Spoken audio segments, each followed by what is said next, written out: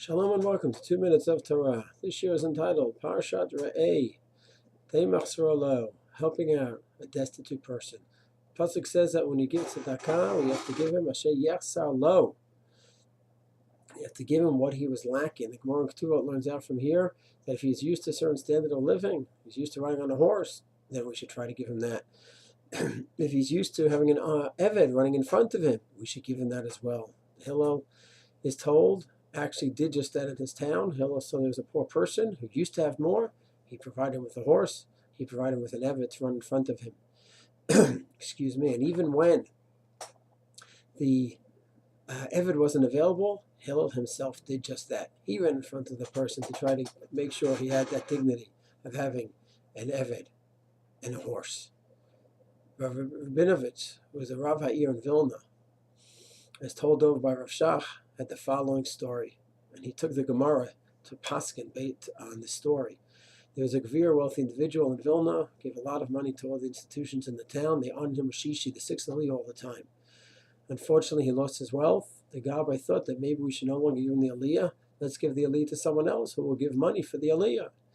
The Rav Ha'ir Paskin based on the story. He says the Gemara goes in and demands that we restore the dignity and the honor and the finances to a person who's used to that standard of living. And we certainly cannot go ahead, take away whatever dignity is left from this Gavir, from this wealthy individual. And if he's used to getting Shisha, and this is an honor, heaven forbid for us to take that honor away.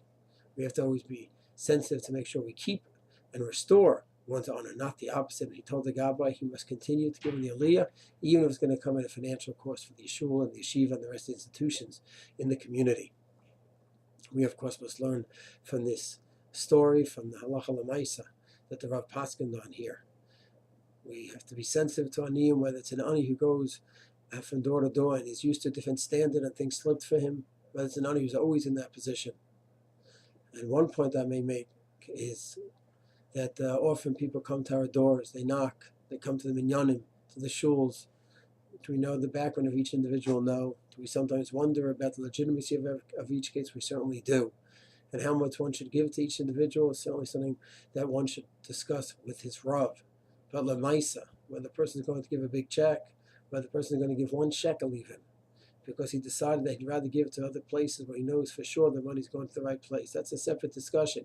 But once the person is coming to the door and he's knocking, it is of utmost importance. We go ahead, we greet him with a smile, Shalom Aleichem, offer him a drink of water, and even if we're only giving him a shekel, it's with a smile, we wish him Hatzlacha, and we never lose that sensitivity that on the other side of the door is an individual, is a human being that somehow got into the situation of collecting because he legitimately lost all his property, he never had any money, or whatever reason may be. It's a sad situation he's in, and we must always have that sensitivity to every other human being, to every Jew, especially when he's in trouble.